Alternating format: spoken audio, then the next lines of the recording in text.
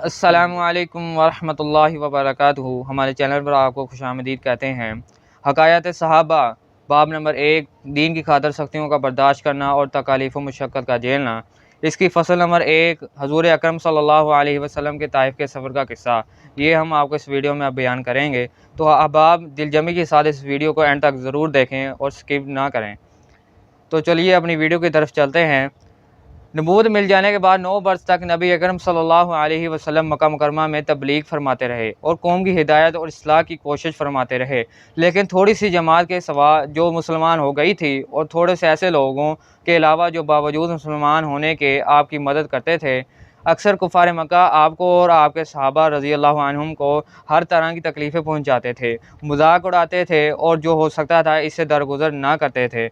حضور صلی اللہ علیہ وسلم کے چچا ابو طالب بھی انہی نیک دل لوگوں میں تھے جو باوجود مسلمان نہ ہونے کے حضور صلی اللہ علیہ وسلم کی ہر قسم کی مدد فرماتے تھے۔ 10ویں سال میں جب ابو طالب کا بھی انتقال ہو گیا تو کافروں کو اور بھی ہر طرح کھلے مہار اسلام سے روکنے اور مسلمانوں کو تکلیف پہنچانے کا موقع ملا۔ حضور اقدس صلی اللہ علیہ وسلم اس خیال سے طائف تشریف لے گئے کہ وہاں قبیلہ ثقیف کی بڑی جماعت ہے، اگر وہ قبیلہ مسلمان ہو جائے تو مسلمانوں کو ان تکلیفوں سے نجات ملے اور دین کے پھیلنے کی بنیاد پڑ جائے۔ وہاں پہنچ کر قبیلہ کے 3 سرداروں سے جو بڑے درجے کے سمجھے جاتے تھے گفتگو فرمائی اور اللہ کے دین کی طرف بلایا، اللہ کے رسول یعنی اپنی مدد کی طرف متوجہ کیا، مگر ان لوگوں نے بجائے اس کے کہ دین کی بات کو قبول کرتے یا کم سے کم عرب کی مشہور مہمان نوازی کے لحاظ سے ایک نووار مہمان کی خاطر مدارات کرتے صاف جواب دے دیا اور نہایت بے رخی اور بد اخلاقی سے پیش آئے۔ ان لوگوں نے یہ بھی گوارا نہ کیا کہ آپ یہاں قیام فرما لیں۔ جن لوگوں کو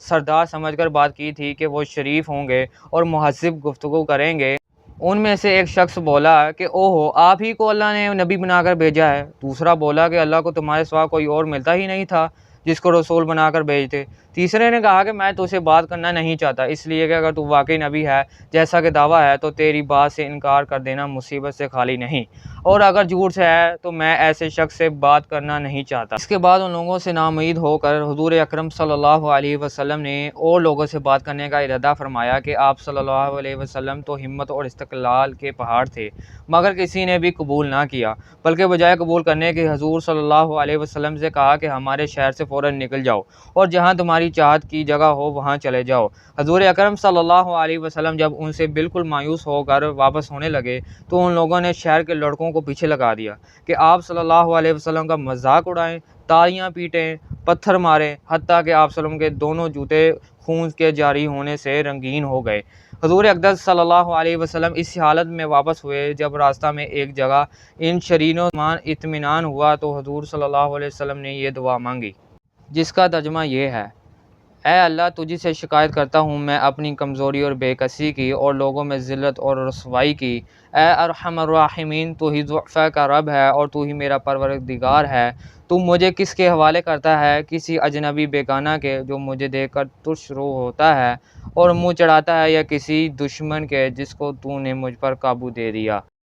اے اللہ، اگر تو مجھ سے ناراض نہیں ہے تو مجھے کسی کی بھی پرواہ نہیں ہے، تیری حفاظت مجھے کافی ہے۔ میں تیرے چہرہ کے اس نور کی طفیل جس سے تمام اندھیریاں روشن ہو گئیں اور جس سے دنیا اور آخرت کے سارے کام درست ہو جاتے ہیں، اس بات سے پناہ مانگتا ہوں کہ مجھ پر تیرا غصہ ہو یا تو مجھ سے ناراض ہو۔ تیری ناراضگی کا اس وقت تک دور کرنا ضروری ہے جب تک تو راضی نہ ہو، اور نہ تیرے سوا کوئی طاقت ہے نہ قوت۔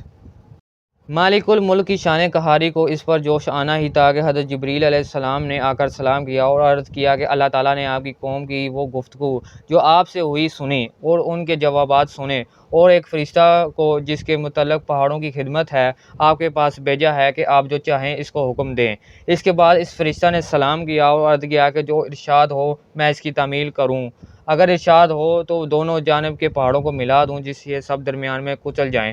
یا اور جو سزا آپ تجویز فرمائے۔ حضور صلی اللہ علیہ وسلم کی رحیم و کریم ذات نے جواب دیا کہ میں اللہ سے اس کی امید رکھتا ہوں کہ اگر یہ مسلمان نہیں ہوئے تو ان کی اولاد میں سے ایسے لوگ پیدا ہوں جو اللہ کی پرستش کریں اور اس کی عبادت کریں۔